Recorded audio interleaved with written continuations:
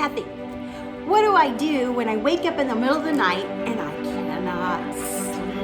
I'm stressed out and I'm afraid. What do I do? In today's video, I have a solution. See you inside.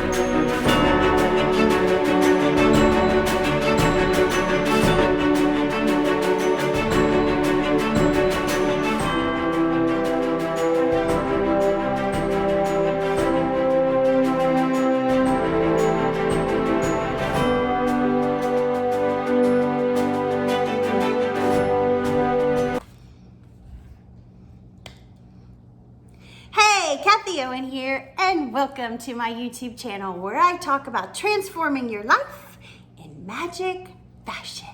Today, I'm going to talk to you about releasing fear.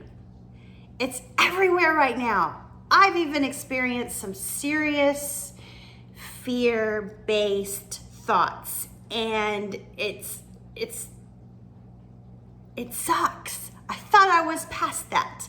But with what's going on in the world nowadays, it's not easy to overcome. But really and truly, it is. And I've used these tools all along. Today, I'm going to give you 4 tips to help you overcome fear-based thoughts, especially those when you wake up in the middle of the night and you can't get back to sleep. That's like the worst thing in my mind, because you know, there's 2 things you don't mess with me. It's my sleep and my sleep. So let's get to it. Number 1, it's these. These are little magic. And they're not very expensive, and I'm gonna tell you what they are. They are headphones that you can sleep in. Yeah. They're really, really nice. They're really, really great. But what do I listen to?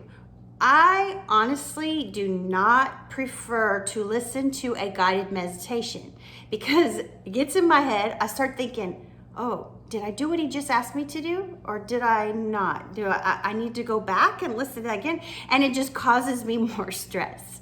So what I have found is I really like to either listen to some great music, calming music, and practice my deep breathing, or I like to listen to a positive podcast that I've listened to over and over and over again because it just gets me in a great place. So I'm going to link 2 things below in the description below. One is Metaverse Music. I really like their music. And another one is a recent podcast from Brian Scott, A Reality Revolution, that is about fear and how to release fear. And I've listened to it several times, and as soon as I get into it, I just immediately calm down. It's like magic. These headphones, they help a lot.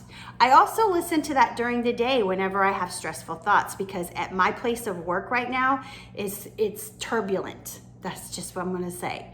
I love my job, I love my work family, but they are in fear because of the virus, and it's gone exponentially worse. And so I try not to look at that kind of stuff, but then it's forced in my face because of my job. And I love my job, so I have to deal with it. Just like all of us, we all have to deal with it. So that is my number 1 tip. Listen to positive podcasts, positive music, meditation. Brian Scott has some awesome guided meditations as well. Number 2 is to journal and not just sit down and start writing. However, that's the first part of it. There's 2 parts to the type of journaling that's going to help with your fear.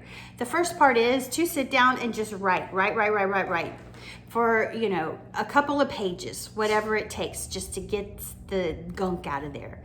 Then the second part of your journaling, you want to focus on talking to your higher being, talking to your guardian angel, I don't know, whatever you prefer to call it, but you can ask questions. And if you really get all that gunk out, and really you don't even have to do that. You could just start writing questions down and just start writing, and all of a sudden it'll come to you. The answers will come. Try it. Don't take my word for it. Just try it and see. It works in magic fashion. Okay, so that's number 2, is to journal. Number 3, reframe your thinking. Both of those 2 things before this help with that, and so does the 4th thing. But to reframe your thinking, a really great way to do that is to picture yourself in the future. And like along in the future, especially if you're scared of what's going on in the world right now, because eventually this is going to change and everything's going to settle down. We are very resilient people. We are very adaptive, and you've got to convince yourself of that. So if you look into the future and you go, oh yeah, okay, now I'm back at doing what I like to do, and my family's normal, nobody's sick, everything's fine.